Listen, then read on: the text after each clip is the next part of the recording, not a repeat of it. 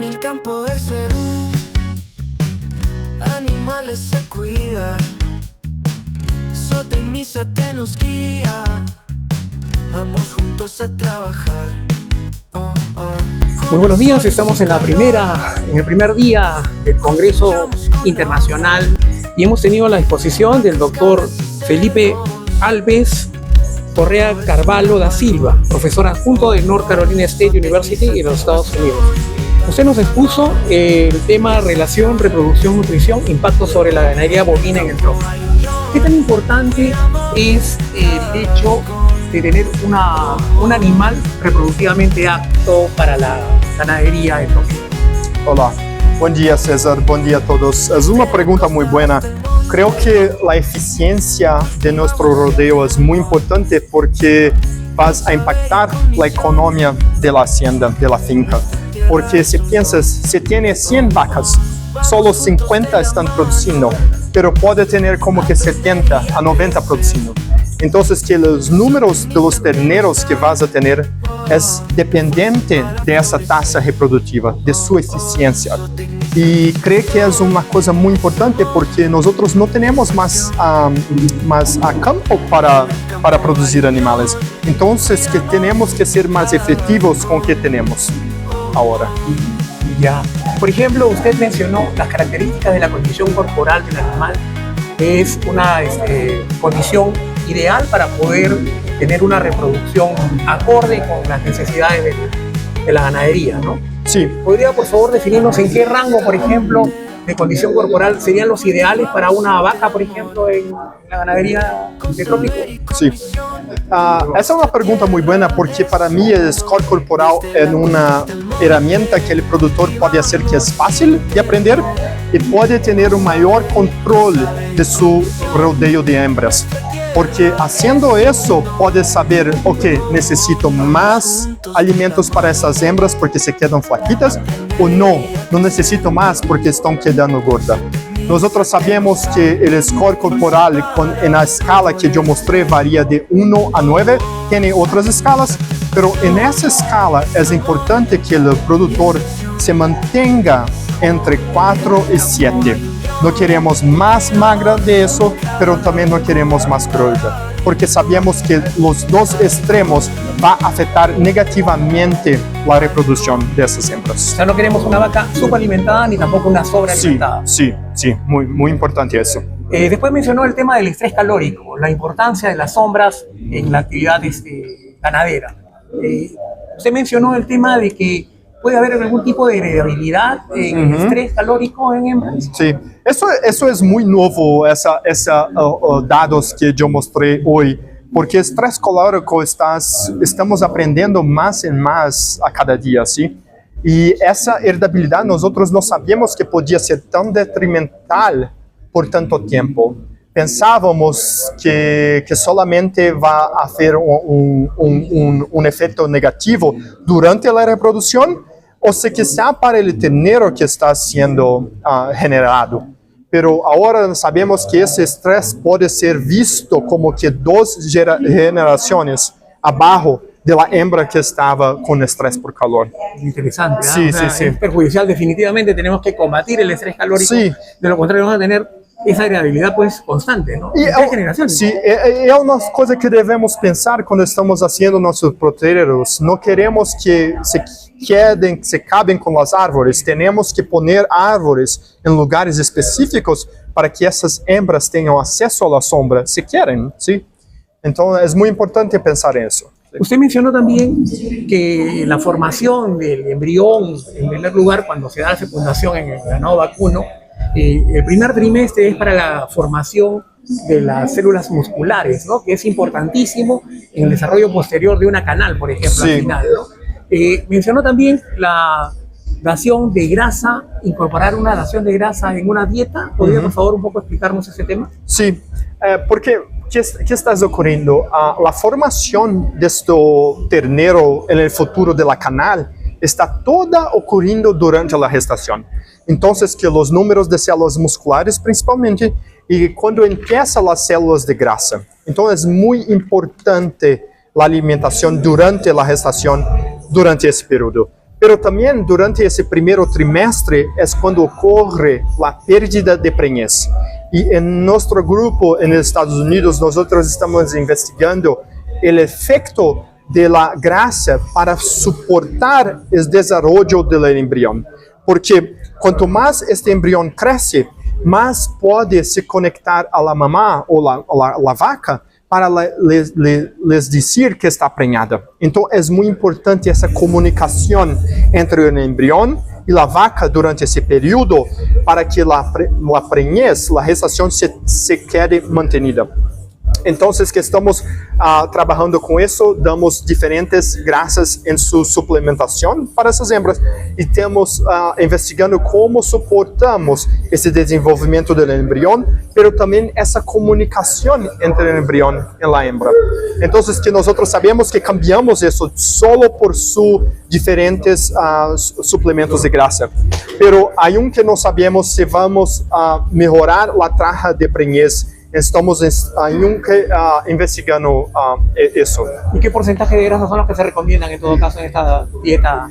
Esa dieta para nosotros es solo una suplementación. Entonces quedamos como que casi 150 gramos. Es muy chiquitita para darnos por esa vaca. Y esas son vacas maduras que quedan como que 500 a 600 kilos de peso. Pero estamos investigando que para nosotros, para poder hacer una recomendación para el ganadero, esto es nuestro propósito. Investigar eso para hacer una investigación al ganadero de cuánto, pero cuándo dar esa suplementación. El valor de la heterosis, usted mencionó que es importantísimo también en el caso de la reproducción. Sí, el valor de la heterosis puede hacer muy efecto en la canal, pero también en la tasa de reproducción, el desarrollo de su ternero, peso destete. Entonces, que es una herramienta que si pensamos, no la pagamos, porque vas a comprar semen, vas a comprar un toro.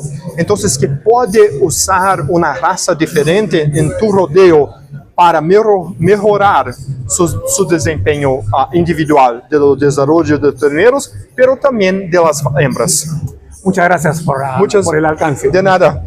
Bueno, un gusto contar con una conversación tan directa con tres expositores que nos han dado luces el día de hoy de varios temas interesantes, ¿no?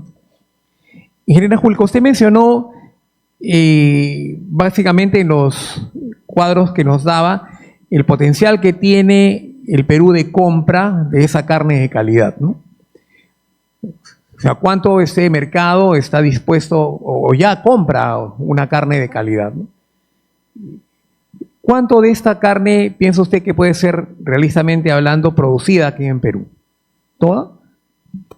Bueno, habría que ver el tema de producción, ¿no? O sea, yo creo que Perú tiene centros productivos ya existentes, habría que ver las mejoras. Yo conozco ganaderías que ya están haciendo carne de buena calidad o carne diferenciada, que tiene ya un sitio ganado en el mercado y sería cuestión de crecer. Ahora, el Perú, la importación de carne es realmente poca lo que se tiene, o sea, no es mucho. Entonces, llenar ese espacio yo creería que va a ser fácil, pero lo que se trata no es tener objetivo ese pequeño mercadito, sino que para que sea sostenible yo creería que lo que hay que hacer es incrementar el consumo, ¿no? Incrementar el consumo, llegar a más familias. El tema de acceso a la carne es un problema del Perú, la infraestructura, la capacidad de almacenes en frío. Todo eso ayuda a que el consumidor tenga disponible un alimento y que pueda escoger diferentes calidades, ¿no? Sí se podría producir acá, pero es algo que tenemos que trabajar en conjunto para poder llegar a esos consumidores que lo requieran. Claro, como productores, en todo caso, podemos ver que existe un mercado que exige carne de calidad. Por lo tanto, debemos producir esa carne de calidad a través de una producción sostenible, porque vamos a tener el mercado que al menos nos da un punto con el que los datos que usted nos ha dado, ¿no? Claro, correcto. La figura o las gráficas que yo mostré era para eso, ¿no? Para que ustedes vean que de lo que se importa, ¿no? De la carne que se importa. La segunda en preferencia es la carne High Choice y Prime. O sea, es una carne que obviamente, como ustedes vieron en el gráfico, es la más cara de las carnes importadas, pero existe un consumidor peruano que está dispuesto a pagar por eso, y no solamente en Lima, sino también en provincias. Y eso lo hemos trabajado ya con algunos de los importadores hace algunos años, como insistiéndoles un poquito a que es necesario invertir en esta infraestructura para poder llevar esa carne en buenas condiciones hacia otras ciudades, otras provincias. Arequipa, por ejemplo, es una de ellas. El norte, Piura, Trujillo, Iquitos, Pucallpa. O sea, son ciudades que demandan ese tipo de cortes y hay mercado para eso. Interesante. Señor Borges, teniendo en cuenta lo que hemos estado conversando aquí inicialmente, viendo la realidad de estos cuadros, de esta importación que tiene Perú y la posibilidad de que ya existe un mercado que privilegia carne de calidad, el Brangus es una alternativa que ha funcionado también en otros lados, ¿no? ¿Cuál sería ese camino que tendría que hacer el productor de Brangus actualmente para llegar a llenar estos mercados de repente? O incrementarlos también. Depende mucho del tamaño del criador, ¿no? Si el criador que tiene más volumen, la mejor cosa que yo recomiendo es ir a ver, ¿entiende? Ir a conocer los programas. Hay varios ganaderos en Estados Unidos y es algunos comentarios, el ganado de Estados Unidos es grande, el ganado de Estados Unidos, allá hay de todo, es un volumen enorme, hay animales bajos, hay animales para el trópico, entonces hay todo tipo. Entonces yo creo que vale la pena ele ir a la feira de Houston, que es en marzo, que es una feira enorme, y ahí USDA puede ayudarlos a estar con coches para llevar ele a las fincas. Entonces hay varias formas. La forma es contactar nosotros, contactar la asociación también. Eu pongo mi email aí, se tem alguma dúvida, e como eu dije, sempre depois da feira temos um dia de campo allá, é salir de la cerca de la finca, isso hasta para o pequeno. O pequeno tem que sair de sua finca, tem que vir a pláticas como esta, tem que abrir a cabeça, não é ter, eu não tenho dinheiro, não tenho dinheiro para Estados Unidos, para ter dinheiro para vir acá, escuchar e ver os ganadeiros, como comentei hoje, que está sendo câmbio, e aí tu aproxima desses ganadeiros que têm condições, entende? E agarra a genética de eles. Então, eu creio que é o mais fácil. E também hoje por internet, puedes acompanhar todos os dias ganadeiros de todo o mundo que está disposto a compartilhar o conhecimento, estudar. Eu creio que conhecimento é todo. El Brangus puede alcanzar estas calidades de carnes que, por ejemplo, estamos teniendo ahorita en el mercado peruano. No, el Brangus, no, antes yo voy a completar, porque tú preguntó también cómo haría. Ese es el primer paso, era estar allá. El otro es embriones. Porque embriones tú empiezas ya 30 años, hoy en día la calidad del embrión IVF es como el convencional, es casi igual. Y la mayoría de los creadores garantiza, ¿entiende? Una porcentaje de 3-1. Quer dizer, ya tiene, imagina hoy para ir a Estados Unidos en una subasta, nuestra subasta teve un promedio de $7.200 una hembra, ¿ok? Que tuvimos en nuestra subasta de septiembre. Y tenemos nuestra subasta ahora en septiembre 13, ¿entiende? Pero tú puedes comprar un embrión a $500, $600. Então, com 12 embriões, com $1.000, tu hace uma fresa. Pero não tenho muito dinheiro. Haça 4, haça 6. A coisa é começar, entende? Ou não tem condição de embriões, compra 10 parrillas de um super touro, não de carne, que vale $4. Compra um de bueno. Compra 10 em vez de comprar 30, pero tu ganho no genético é muito mais alto. E a outra pergunta que tu comentou del Brangus. Sí. O sea, ¿cómo nos acomodamos como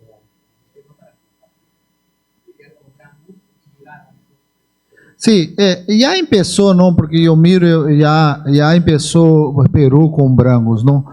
Pero como todos los países que están empezando, ahora es solo mejorar la genética, ya tiene el producto.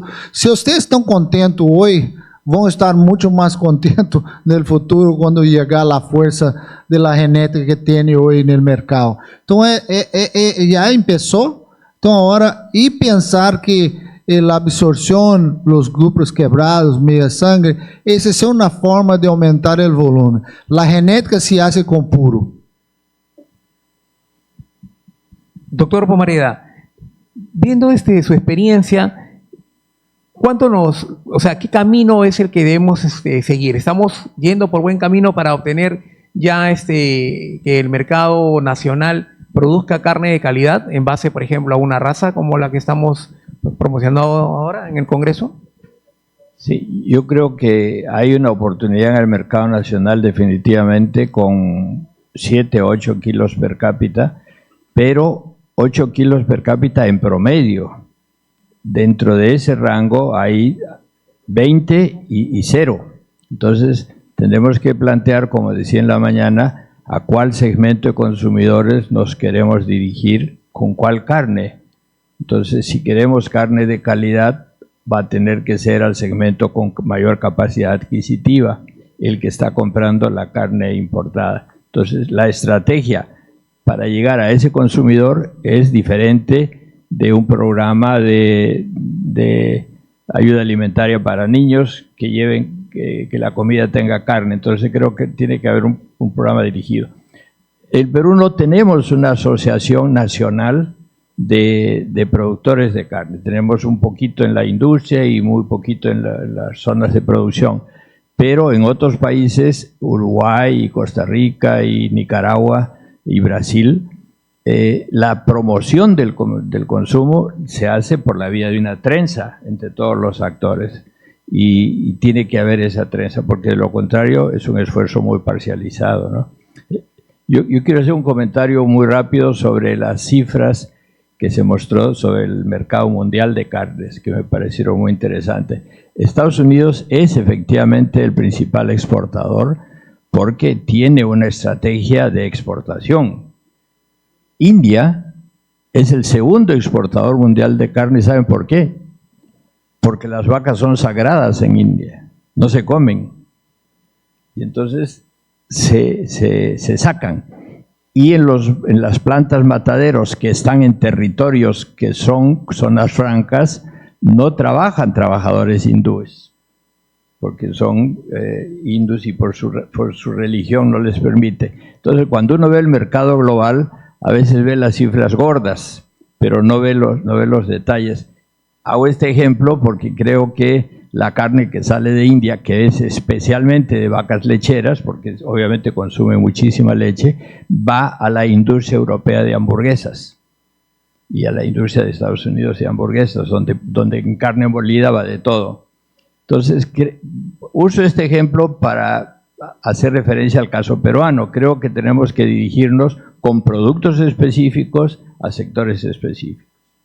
Interesante lo que también usted mencionó en la mañana, un momentito, en su exposición, un poco para garantizar, por ejemplo, esta producción sostenible, importantísimo sería verificar esa trazabilidad, ¿no?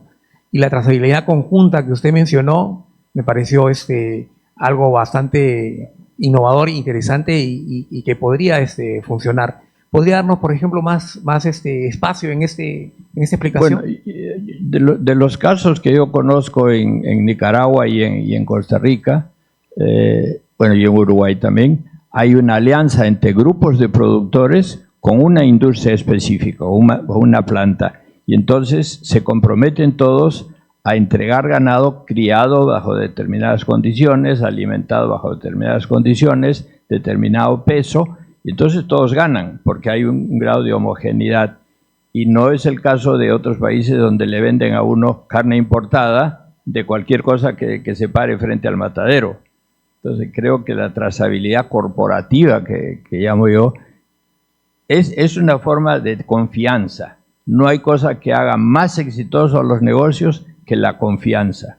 Cuando tiene uno un comprador pícaro o un sinvergüenza que trampea con los pagos, o que le dice que determinado animal no tuvo vacunación o que no tiene ivermectinas y aparecen al momento de la exportación, es fatal, porque se quiebra cualquier relación. Entonces, sí creo que hay que pensar en la trazabilidad a nivel nacional, pero focalizada en casos de consorcio. Y Brangus es un ejemplo ideal porque están todos más o menos en la misma zona, en la amplitud de Perú, y sí hay que invertir en una industria de calidad, ¿no? Interesante. Ingeniera, claro, por supuesto, para usted precisamente iba a ser el micro. Yo le quería... Solo sí. para complementar un poquito, yo creo que, como se mencionó, ¿no? Todo empieza con la genética y el compromiso, ¿no? El compromiso de los productores en producir una carne de buena calidad. Yo creo que no sé cuántos criadores hay en la asociación Brangus, pero los que hayan y estén comprometidos van a empezar a dar una oferta de esa calidad para un mercado específico y a partir de eso se puede trabajar. Y ese es el ejemplo de lo que fue la creación de la marca Certified Angus Beef, que es una marca comercial que le pertenece a un grupo de ganaderos criadores Angus, ¿no? Mucha gente piensa que es una certificación, pero no, es una marca que se creó, si mal no recuerdo, en 1976 o 77, pero fue porque los ganaderos se unieron y dijeron, no, vamos a producir estas características, y por eso yo les mencionaba, tiene que haber una evaluación técnica de lo que se puede producir en Perú, con las condiciones de Perú, con los costos que Perú tiene, porque si vamos a tratar de imitar un feedlot de Estados Unidos, tendiendo nosotros que importar el 100% de la soya y el 70% del maíz, o sea, ¿vamos a poder hacerlo? ¿Vamos a poder darle 120 días, 140 días a ese ganado en feedlot? ¿Va a ser sostenible en el tiempo? ¿Todos los ganaderos de la asociación van a poder? Entonces, sí hay que hacer una evaluación técnica de ver qué se puede lograr con las condiciones de Perú, que sea, como les decía, un negocio, primero para el ganadero. Si ya es un negocio para el ganadero, eso se va a llamar a más seguidores. Otros ganaderos van a decir, a él le funciona, yo también quiero, yo también puedo, a mí también me gustaría. Y ahí ya empiezas, ¿no? Una marca, empiezas con un sello, empiezas a hablar con otros eslabones de la cadena, como por ejemplo los supermercados. Oye, señor Wong, tengo esta producción mensual, necesito un espacio en tu góndola. Supermercados peruanos. Es un poco y eso lo trabajamos en forma conjunta, US Meat Export Federation, con la Asociación de Porcicultores en el Perú. Esta campaña Come Cerdo, Come Sano fue un poco ir por ahí, ¿no? O sea, ¿a qué nos comprometemos? ¿Qué vamos a entregar? Listo, eso. Esta campaña para un poco... Eu gostaria de comentar, eu tive uma ideia enquanto tu estava falando, e quando em 94, quando eu cheguei, 93 que eu cheguei aos Estados Unidos, eu queria melhorar muito em canal, não? E havia, na universidade aprendemos, mas não é o mesmo. Não tínhamos uma empacadora dentro da universidade, entende? E aí eu conheci allá os maestros da Universidade Texas A&M, que na época Dan Howe, que quedamos muito amigos depois. E ele, Marcos, tu tens que vir num curso que vamos começar, que foi o primeiro Beef 706, recorda? Que é um curso que recomendo para Peru, que pode ser hecho, que tu vas em uma classe e aí eles te ensinam como funciona o sistema de avaliação de canal americano. Porque eu miro muita gente checando argentino, checando isso, mas o mercado mundial usa o sistema americano, entende, de avaliação. Então é muito importante para o ganadeiro, não só o ganadeiro, o dono das tiendas, o dono dos supermercados. Então esse é hecho para a cadeia em geral. E ensinar depois da sala, tu vas e haces uma avaliação visual de los animales. Clasifica esse animal por yield grade, quality grade, marmoleio, todo no ojo. Aí tu vas a uma empacadora que é dentro da universidade allá, e eles abatem o animal e tu haces os cortes. e mide a área de lombo, o maroleio, te ensina como fazer a fórmula para calcular o quality grade, tá entendendo? E aí depois tu regressa para a classe e avalia tua avaliação visual que realmente foi o animal em canal. Entende? Então, todo empieza por educação. Eu creio que o governo tem que invertir em la educação de seus criadores para que os criadores mirem não solamente a plusvalia de que tiene, pero conocimiento. Doctor Pomareda, esa visión que tenemos regularmente en el Perú ya va cambiando por lo que estamos viendo aquí, ¿no? ¿Podríamos tratar de ver hacia qué futuro vamos? Como dicen, el futuro ya comenzó. Yo creo que va a ser muy difícil, honestamente, cambiar muchos hábitos en toda la población por cuestiones de ingreso y educación. Entonces, creo que vamos a ir hacia un segmento que efectivamente quiere consumir carne de más calidad, y el tema es, si no la producimos, se va a importar, no hay nada que hacer. Entonces, creo que tiene que haber una política de concientización nacional. Coma carne peruana. Hubo una presentación el lunes, coma carne peruana. La gente va a comer carne peruana si es de mejor calidad. Porque la carne peruana ahora es poco lo que se produce, pero que se produce para el mercado formal, pero se va al sancochado, al guiso, a un poquito al lomo saltado, pero no se va a la parrilla. La carne que va a la parrilla son los cortes importados de Argentina, de Uruguay, de Estados Unidos. La carne que se importa de Brasil no estoy tan seguro que va a la parrilla, porque es Brahman, es fibra más dura y no tiene el marmoleo que tiene la carne americana. Entonces yo creo que sí hay una oportunidad, pero hay que ver qué podemos producir, porque no todos van a poder producir Brangus, ¿no? Y hay que crear como un hábito, ¿no? Me hace acordar cuando mencionaba la ingeniera sobre esto del compromiso de las organizaciones. Cuando a uno lo invitan a tomar desayuno, le dan huevos con tocino y la gallinita dice, yo estoy comprometida. Pongo los huevitos, pero el chanchito dice, yo estoy involucrado. Bueno, yo creo que necesitamos organizaciones en donde la gente se involucre en estas cruzadas.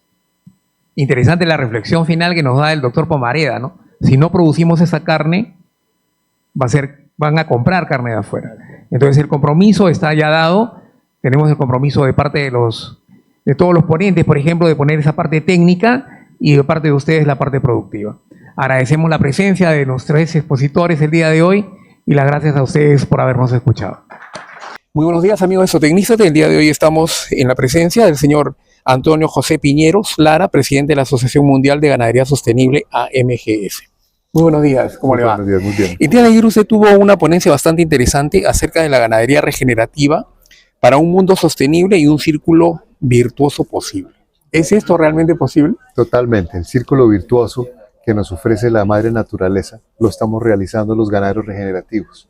Ha sido un proceso un poco arduo porque implica contracultura, implica retar los principios que hemos conocido y con los cuales hemos hecho ganadería durante tantos siglos, y ahora hay una visión holística, más integral, que incluye todos los elementos que nos permite descubrir la maravilla del potencial, del capital que tenemos en el suelo y poder aprovechar todas las riquezas que nos ofrece la biodiversidad en pos de producir, mejorando el suelo, una mejor cantidad de forraje para poder tener ganados en mejores condiciones, produciendo carne, proteína animal de alta calidad, mientras mejoramos las condiciones ambientales. Interesantísimo lo que dice, ¿no? Porque el suelo resulta el ente importante de todo este círculo, ¿no?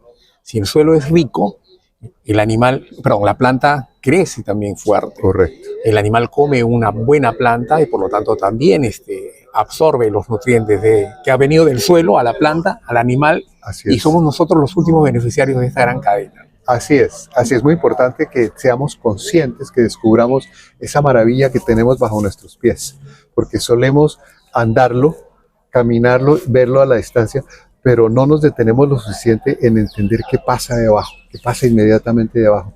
Y toda esa vida, esa interconexión de Internet que llamo yo de micorrizas entre plantas, entre organismos, que está ahí latente y además beneficiándonos de manera permanente.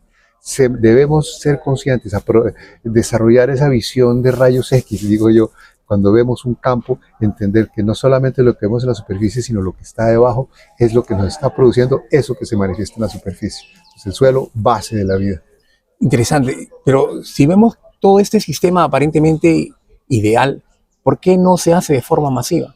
Ese es un tema interesante, precisamente porque hemos tenido, digamos, sobre todo los países nosotros en Latinoamérica, hemos recibido toda la influencia de la famosa llamada Revolución Verde que se desarrolló después de los años 50 en los países desarrollados, especialmente en Norteamérica, Europa y Norteamérica, donde había unas condiciones de producción y de economía diferentes de las que tenemos hoy día. Entre otras, la intención de producir comida barata, entre comillas, barata, en grandes cantidades para, entre comillas, alimentar el mundo, que fue girando hacia la producción de alimentos para alimentar animales productores de proteína animal, como es el caso del ganado, los feedlots, etcétera, en una economía que permitía unos acceso a unos costos muy bajos de producción de estos alimentos.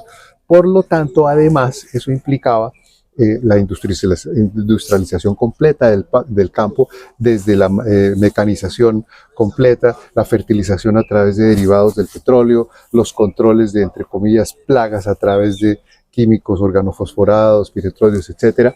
Y eso generó un establecimiento agro, que es el establecimiento que hemos tenido durante tantos años, que va de acuerdo a esas normas. Pensemos un poco, cuando usted es un país que tiene la posibilidad de producir maíz o soya a un costo, llamémoslo barato, muy accesible, le permite producir estas grandes cantidades y por lo tanto la lógica es que sus animales deben obedecer a ese modelo. ¿Qué produjo eso? Por ejemplo, que se agrandaran todos los fenotipos. Los fenotipos ganaderos que llegaron al norte de América, que vinieron de Europa, digamos en épocas de la colonia, etcétera, eran fenotipos ganaderos, muchos que se desarrollaron allá en condiciones silvestres que eran relativamente moderados de tamaño, supremamente rústicos, pero con algunas características sobre todo de adaptación que tuvieron que sufrir ellos. Al primar este criterio de evolución verde y de estatus agropecuario, ¿qué sucede? Que con este acceso a estos alimentos baratos, pues lo lógico es agrandar los ganados, como dicen, poder agrandar el saco para poderlo llenar de comida, porque era lo que dictaba la economía lógica de ese momento. Y también por la cantidad de población que requería el alimento. Para poderla satisfacer esa necesidad proteica. Sin embargo, pues yo, digamos, soy algo crítico con respecto a las verdaderas intenciones detrás de toda esta movida, porque lo que produjo fue una concentración de poder en ciertos operadores específicos, entonces la parte agroindustrial, etcétera, las empresas de agroquímicos, de las casas químicas que producían no solamente las semillas, los insumos, y además participaban en el mecanismo de la compra o recompra, adquisición de estos productos. Entonces se generó, a mi juicio, un círculo vicioso, donde usted se volvía dependiente, en una espiral de dependencia de todo este sistema para cada vez producir animales más grandes, con mayor cantidad de comida, pero al costo de la salud y de la sostenibilidad de nuestro suelo. De hecho, hoy día pues hay más de 1 millón de hectáreas en Estados Unidos, país importantísimo para nosotros, que son prácticamente inutilizables, o por lo menos inutilizables desde el punto de vista de esa óptica y de esa lógica industrializada. Nosotros, por ejemplo, creemos que todas esas tierras son regenerables a través del manejo regenerativo, que es con herbívoros haciendo el trabajo que hace la naturaleza. Sin embargo, ellos hoy día las han desechado porque en su economía y en su lógica, pues ya es tan costoso producir ahí, porque el suelo está tan deteriorado, que ya no es económicamente viable por el costo salir a vender a los precios que está el mercado. ¿Y qué hacen? Pues van y buscan otros suelos. Eso es realmente un círculo no solamente vicioso, sino perverso, porque ha generado lo que ya conocemos hoy día, y es muchísimos grupos sociales afectados por esa precaria economía, montados en una espiral de dependencia. Dependen obviamente de los insumos, dependen obviamente del suministro de la tecnología y además dependen de la financiación de los bancos que están financiando estas operaciones. Entonces se ven envueltos en una espiral que no tiene salida. Claro, nosotros también, por ejemplo, tenemos pues, terrenos en donde, producto de la deforestación, están degradados, Sí. y cuya agricultura intensiva, digamos así, que en un inicio se dio por el tema de la agricultura migratoria, Correcto. se abandonan, y estos terrenos también son un peligro, digamos, latente, porque tenemos una deforestación y una necesidad de cubrir alimento, por ejemplo, para el ganado, ¿no? Sí. En el caso, por ejemplo, del sistema que usted menciona, la etapa reproductiva importantísima en, Sí. en una etapa, una crianza de este tipo, y para carne, que es el objetivo Sí, del, sí. del evento, la necesidad es cubierta, por ejemplo, por potreros que se arman en esas, Sí. en ese sistema Sí. bajo Sí, alimentación. la tesis es obvia, digamos, de dónde viene el sistema o digamos el diseño mecánico del sistema, viene de la observación de las grandes manadas de rumiantes en los países como África, por ejemplo, que no es el único, pero donde usted ve que grandes manadas de rumiantes han prosperado y han proliferado a través de los años. ¿Y cuál es el mecanismo obvio? El mecanismo obvio que son manadas que están sujetos a la presión del depredador, que hace que se agrupen en grupos cerrados donde existe, por lo general en estos casos, una hembra que es líder de la manada, que es la que levanta la cabeza y dice la manada va hacia allá, y se van todos, cuando se acaba la comida donde están, se van al siguiente sitio y hacen todo el proceso, consumen la hierba o lo que haya, digamos, en el suelo, porque nosotros hablamos de que todo es comida, y como están así encerrados, pues están relativamente confinados, llamémoslo de esa manera, en el espacio abierto, y que en el momento que se llenan todos, o sea, primero hay un consumo voraz porque necesitan comer rápidamente y necesitan llenarse, y estar atentos al siguiente llamado para continuar migrando y moviéndose. Se levantan, sueltan la bosta, la orina, pisan, empiezan ese primer proceso de incorporación de materia orgánica al suelo, correcto, y migran. Pasan al siguiente. ¿Qué pasa? ¿Qué sucedió ahí? Esa pequeña observación hace que nos demos cuenta de varias cosas, y es que entendamos que fue lo que hizo el sabio Huasán cuando formuló sus leyes, sus 4 leyes, y hay un periodo de ocupación que es intenso, profundo, a fondo y corto. Después viene un periodo de descanso que es largo, que le da tiempo a la planta y al sistema radicular de que recupere todos los nutrientes, que los lleve a la planta para que se produzca esa llamarada, que se produce dependiendo del lugar, 10, 15, 20 días de rebrotado, y llegan a punto, entre comillas, óptimo de cosecha, para que nuevamente cuando venga la próxima migración encuentren una pastura en buen punto de cosecha, con las plantas refortalecidas, y vuelven y repiten todo el proceso. Entonces, a partir de esa observación, lo que hemos nosotros hecho es emular a la naturaleza. Por eso insistimos en que lo máximo que podemos hacer nosotros con gran humildad es arrodillarnos y darle la venia a la naturaleza y agradecer todo lo que nos ha ofrecido, e intentar emularla para lograr estas mismas dinámicas a favor de un objetivo puntual que tenemos nosotros, que en este caso es la producción de proteína animal de buena calidad. Y en el caso, por ejemplo, disculpe que lo interrumpa, sí, en este potrero que nosotros estamos poniendo animales, si existiera la presencia de plantas que pudieran tener algún tipo de tóxicas para el ganado y son consumidas, ¿no sería también un problema? Sí, claramente. Partamos de la base de que hay un listado de plantas tóxicas que hemos ido reconociendo, pero la gran mayoría de las plantas tóxicas el ganado no las consume. El ganado sabio, el ganado sabe, por instinto, por transmisión genética, que hay ciertas plantas que no debe consumir, y por lo general no las consume. Son digamos, se presentan episodios muy ocasionales de algún tipo de caso de envenenamiento o toxicidad por alguna planta. Lo que nosotros hemos visto es que Toda planta es un indicador. Toda planta lo que es un pequeño termómetro, llamémoslo de esa manera, que tiene un sistema radicular que absorbe una serie de nutrientes y que lo que refleja arriba es lo que hay abajo. Entonces, cuando yo tengo una presencia de determinadas plantas, lo que debo hacer es interpretar qué hay en ese suelo, porque no basta con salir a tratar de cortarla para supuestamente controlarla o erradicarla si yo no cambio lo que hay en el suelo. Entonces, lo que tengo que entender es, primero volvemos al inicio de nuestra conversación, que interpretar qué es lo que sucede en el suelo.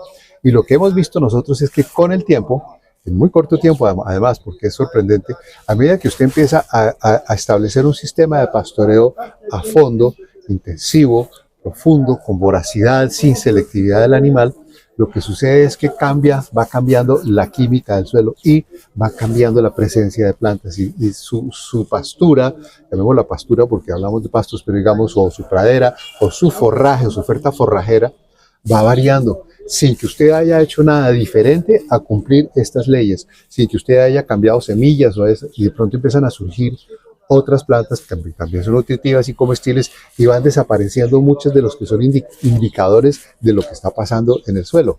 Entonces, nuevamente, sabia naturaleza. Lo que debemos hacer nosotros nuevamente es observar con tiempo, dedicarle tiempo, que es muy importante, a nuestras vaquitas y sentarnos y mirar con cuidado qué es lo que comen, cómo lo comen, cuáles son sus hábitos, vamos a etología, mirar muy bien cómo lo hacen, qué tanto caminan, cómo comen, qué comen, y a partir de eso, o a partir de observar eso, poder ya diseñar, porque sí, claramente aquí hay una intervención de la mano nuestra, cómo queremos orientar y cómo queremos marcar y propiciar esos hábitos que el ganado va desarrollando con el tiempo. Nosotros tenemos, digamos, las observaciones que hemos hecho, claramente demuestran que cuando en los sistemas tradicionales que nosotros heredamos de ganadería extensiva tradicional, nosotros llamamos rotaciones alternativas, donde metíamos ganados en unos potreros grandes de 10, 15, 20 hectáreas o más, y los dejamos allí 8, 10 o 15 días o un mes, etcétera, para después rotar, nos damos cuenta que el comportamiento del animal se vuelve obviamente selectivo. Cuando no tiene la presión de un depredador, que lo está, digamos, limitando en su área de alguna forma, el animal entra al potrero, lo primero que hace es, por reflejo natural, buscar la manera de salirse para devolverse a de donde viene. Ese es el reflejo natural del animal por seguridad. Usted los ve que llegan entonces al potrero y no los ve que se ponen a comer, sino que se ponen a caminar y caminar. Y ellos lo que están es buscando por los bordes de los cercos a ver dónde encuentran la forma de devolverse. Cuando se dan cuenta que no se pueden salir, entonces empiezan a consumir. Entonces comen un poquito aquí, caminan 20 metros, empiezan a ver plantas ahí, más deseables, poco a poco. Van seleccionando lo que quieren, etcétera, ¿eso qué hace? Van compactando más el suelo. O sea, porque hay mucha gente que me decía, pero usted mete 200 animales en un cuadrado de un cuarto de hectárea, ¿no cree que le están compactando el suelo? Pues no, porque no caminan, porque ellos entran ya cuando empiezan a desarrollar un consumo voraz. Ellos entran al potrero y se ponen a comer inmediatamente. Tú los ves que ellos no se van caminando por un lado, inmediatamente a comer y sienten el compañero al lado, entonces por competencia desarrollan esa voracidad, empiezan a desarrollar el hábito de que cuando les abres el cerco para que coman es a comer y a llenarse lo más pronto posible antes de que me quede sin comida porque mi compañero se la come. Entonces en esa competencia se desarrolla la voracidad y se pierde la selectividad, se llenan de lo que haya en el área. Entonces, es eso, digamos, esa observación que hemos hecho tanto cuando estamos en extensivos como cuando estamos intensivos como ahora, la que hace que vayamos formulando esos parámetros y esos marcos que nuevamente deben ser flexibles. Cualquier visión holística debe ser flexible ante todo para que vayamos adaptándonos de acuerdo a las condiciones que tengamos, porque tenemos sitios donde llueve una vez cada 2 años, como sitios donde no para de llover ningún día del año. Entonces, mientras nosotros entendamos los principios fisiológicos involucrados en el desarrollo, crecimiento de la planta y la acción del herbívoro, vamos a poder adaptar esos principios y adaptar nuestros métodos a las condiciones particulares que podamos tener en un caso dado. Interesantísimo, ¿no? En realidad hay mucho trabajo por hacer y más que todo es el trabajo ya personal que tendría que hacer el involucrado para tener el éxito que se menciona Sí. con ese tipo de trabajos Sí, de ganadería. así es. Yo insisto mucho en la comprensión de los principios. Insistimos muchísimo en eso, en explicarle a la gente qué es lo que sucede, en analizar la fisiología y analizar qué es lo que sucede con el desarrollo de la planta, qué sucede con el sistema radicular cuando es cosechada, qué se muere, qué se renueva, cómo lo que se muere se reincorpora como materia orgánica al suelo. Entonces, nuevamente, insisto, es un tema de humildad, entender que nosotros desde la ciencia podemos comprobar muchas cosas, pero necesitamos comprender sobre todo a la naturaleza y a nuestro suelo. Como digo yo en mis charlas, enamorarnos de nuestro suelo. Interesantísimo. Si las personas que nos escuchan quisieran tener más información, ¿a dónde podrían recurrir? Claro, mire, nosotros tenemos la Asociación Mundial de Ganadería Sostenible, AMGS, tiene un website, una página web que se llama ganadería, www.ganaderiamundialsostenible.org. Además los invito a que se vinculen a la asociación y hay otras iniciativas. Nosotros también tenemos, en el caso colombiano, tenemos otra asociación que yo tengo el honor de presidir, que se llama la Asociación Colombiana de Ganadería Regenerativa, que es, digamos, ya tiene muchos más años y ha avanzado muchísimo en este campo y tenemos actualmente más o menos unas 110 o 120 mil hectáreas de fincas en este proceso, en este método regenerativo, en todos los pisos térmicos, en el caso nuestro de la geografía colombiana, que es muy variada, y ahí también podemos, si usted busca, acoganar.co, acoganar.co.org. Ahí también hay información disponible. Usted tiene mis contactos, Claro. Estoy totalmente a la orden, lo que podamos, desde luego, tratar de ampliar este espectro de información, pues estamos completamente a la orden. Muchísimas gracias. Sí, las referencias las vamos a tener en las indicaciones del canal. Muchas gracias, ingeniero. Con el mayor gustísimo. Juntos vamos más lejos. Y así ha sido en Brasil. La propia asociación brasileña no camina solita, camina con otras instituciones, con otras brangos como Argentina, como Uruguay, como Paraguay, como América, y con otras entidades. Gil falaba de una empresa brasileña que aporta recursos para que los ganaderos tengan 60% de pago para hacer ultrasonografía de carcasa y para hacer genómica. Mira vos, 60%. ¿Cuánto sale un examen en Brasil? 150 reales. Entonces tiene una empresa brasileña que aporta 60% de este pago. Y entonces es algo así. La asociación está está en Mato Grosso del Sur. Nosotros tenemos nuestros programas ya bastante amadurecidos, como el Experto Brangos. Tenemos participación en 15 grandes eventos de ganadería en Brasil, y todo ello sería una oportunidad para quien quiera estar con nosotros. Nos siempre estamos cercando por la cuestión técnica de buenos expertos técnicos, el tema de nutrición, de genética, siempre con nosotros. Nuestros eventos son siempre muy cerca o dentro de universidad y de Embrapa, y estos son incluso con facilidad de traducción al español, porque una buena parte del conocimiento empezó en el sur de Brasil, y entonces las personas tienen mucho producto producido en español y que están a disposición. Nosotros estoy hablando de varias cosas que son posibles. Nosotros tenemos el programa El Brangos Mais, que es un programa de consolidación de evaluaciones genéticas y que muy cerca vamos a abrir para otros países para que puedan ingresar en sus bases. Y bueno, y la buena voluntad de todos los directivos son personas. Hay una característica muy sencilla en la asociación brasileña, que es las personas, los tipos de las personas. Son todos personas muy amigables, muy simples, muy directas. No, son personas personas de fácil acceso, simples, eso. Entonces, muy buenas de conversar y le gusta mucho recibir. Nosotros tenemos 350 socios. De esos 350 socios, algo como 50 importantes criatorios como comercializantes de genética, bien verdad que distribuidos en Paraná, Santa Catarina, sobre todo en Río Grande do Sul, muchos buenos en San Pablo, Mato Grosso, y podríamos también facilitar el acceso a los distintos para intercambio de genética y cosas de tipo. Complementando, Roberto, yo quería transmitir una charla con Luis hoy al almuerzo. Luis me dice que cuando empezó a contactar a la gente de Uruguay, Argentina, Brasil, notó que todos son amigos, que se conocidos. ¿Por qué? Porque nosotros estamos intercambiando a mucho tiempo. Nosotros frecuentamos las giras de Argentina, los argentinos frecuentan nuestras giras y así por adelante. Los jurados de nuestras exposiciones son de allá.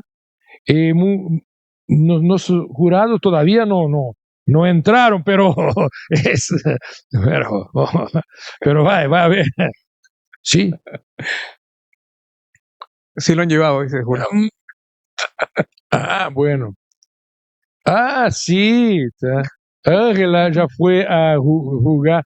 Bueno, no me complico. Pero sí, hay un intercambio muy grande ya en los países que invitamos al Perú a ingresar en esto, ¿cierto? Porque es así que se hace. Y cuando Roberto habla de las personas, son personas productoras, no son no, son personas productoras, pero empresarios productores, pero sencillos, unas personas que le gustan el campo y cuando tú estás trabajando en el campo, tú tienes otro tipo de actitud social, ¿viste? La genética está disponible y hoy muy barata. No, por favor, me ayuden. Está muy barato hoy la genética, el acceso a genética, porque hay muchos proveedores. Entonces, cuando hay mucha oferta, el precio baja. Entonces, no hay problema ninguno de intercambio, sea social o de material de producción. Y bueno, empezamos ahora con la relación con la Asociación de Perú. Luis está ahí, como ya dije en mi charla, que es una persona que usted tiene que recoger para que hace Los contactos. lo link, ¿no? Perfecto. ¿Le alcanza, por favor? ¿Algún adicional a lo que le estábamos pidiendo acerca de qué ofrece Brasil, qué eventos podríamos tocar, dónde se encuentran?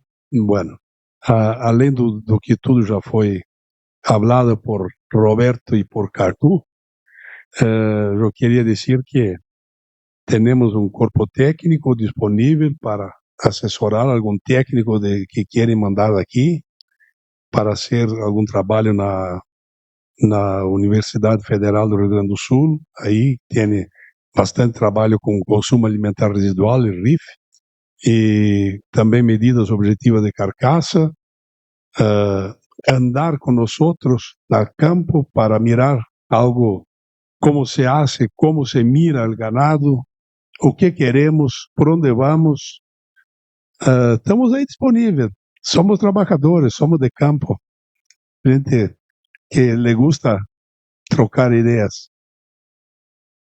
Antes do Roberto, me acordé, los productores brasileños como los argentinos, tengo certeza que están con las tranqueras abiertas para quien quiere hacer una visita. Entonces, otra manera de las personas trocarem información, visitar a los productores, sin problema. Nosotros estamos acostumbrados a esto, a recibirlos. En la última semana de agosto, ahora, ocurre la clásica Expo Inter, que es una importante feria de multirrazas, de bien verdad, incluso de agricultura, en Porto Alegre, en nuestro estado, Rio Grande do Sul. Es un local que reúne gente de toda América del Sur y de otros países, entonces es una gran oportunidad. Labrangos hace una actuación muy fuerte, tanto técnicamente cuanto con animales, es siempre un buen momento para convivir. Después, una cosa muy importante, além de las visitas en las propiedades, los seleccionadores, hay una cultura en Brasil, salvo ainda hoy en práctica, que la valorización de los estágios, de los catedráticos, los alumnos hacen entrenamientos en propiedad. En muchas propiedades de Brangus tiene siempre oportunidad para jóvenes estudiantes. Para la investigación. Y esto es importante mirar esto, porque para finalizar mi participación le digo lo siguiente, le decía para Luis en el almuerzo. Una cosa nosotros tenemos como 100% de certeza. No hay un camino sino junto a la información técnica. No hay opción. El desarrollo de la ganadería brasileña pasa por conocimiento. Todo lo que precisamos mejorar pasa por conocimiento. Y así como conocimiento técnico para la asociación, Luis, es algo muy importante. La Brangus brasileña, Gil falaba de los últimos años, la organización de la asociación como empresa, con contabilidad, con advogado, con publicitario, con administrador, es algo clave, porque cada uno de ellos entiende mejor de su parte. Y así los criadores son representantes, son directivos, orientan, dan los posicionamientos, la visión estratégica de futuro, pero quien ejecuta son profesionales. Los de marketing hacen marketing, los abogados hacen las cosas de reglamentos, los administrativos hacen el operacional, los técnicos hacen lo trabajo técnico. Eso es algo muy, muy claro de ustedes observar y percorrer en lo mismo camino. Los estudiantes diarios que quieren adentrar el país, en Brasil, tienen que aprender una cosa, hablar, yo tengo hambre, tipo, eu tenho fome, só isso, eu preciso saber.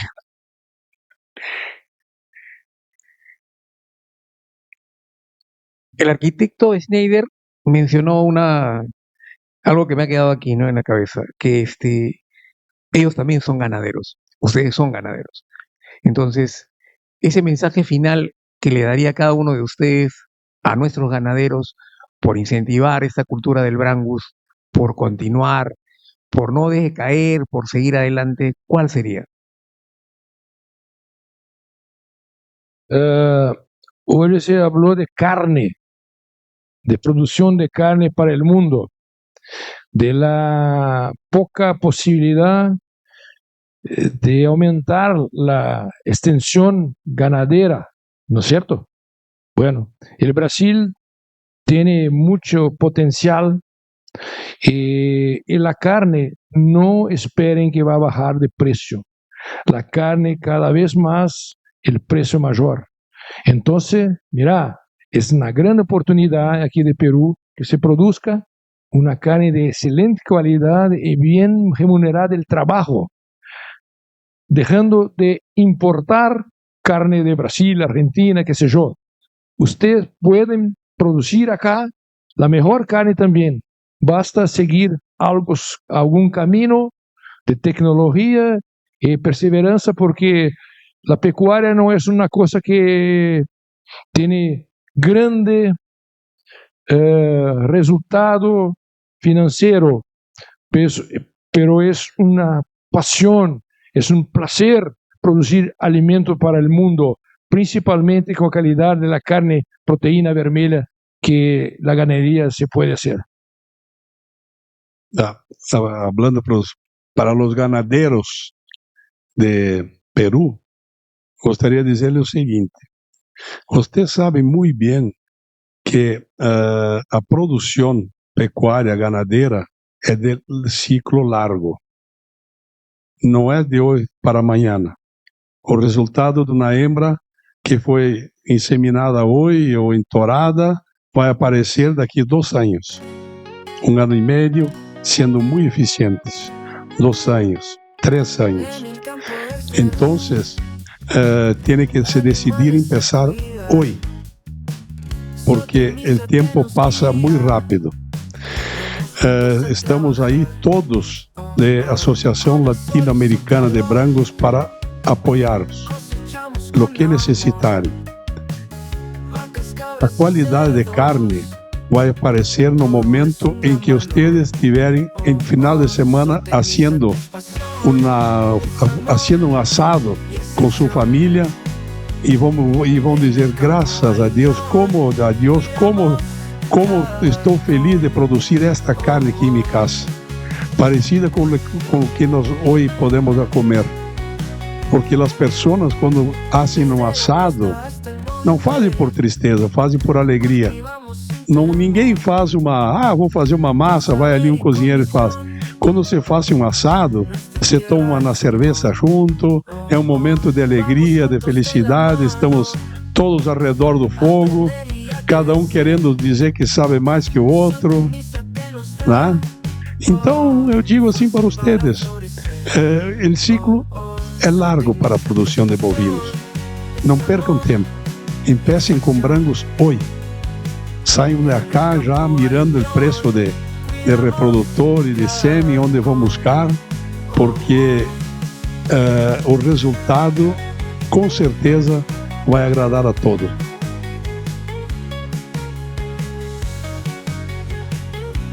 Y una vez más, están cerca de las personas en Sudamérica. Nosotros, si el tema discutido fuera chips electrónicos, teníamos que ir para Asia. Si fuera riego, tenemos que ir para Israel. Pero para pecuaria competitiva con brancos, Uruguay, Argentina, Paraguay, Brasil y todos los vecinos y los americanos sobre todo. Entonces está más cerca, está más fácil, hablamos más o menos el mismo idioma desde aquí despacio. Entonces está más fácil, me parece. Y la internet hoy es una facilidad que nos ayuda bastante. Estamos a su disposición. Creo que hemos escuchado el compromiso de parte de nuestros ponentes, de todos los que hemos escuchado aquí. Está la decisión de parte de ustedes de seguir adelante y de contribuir pues con la ganadería nacional. Un fuerte aplauso para ellos.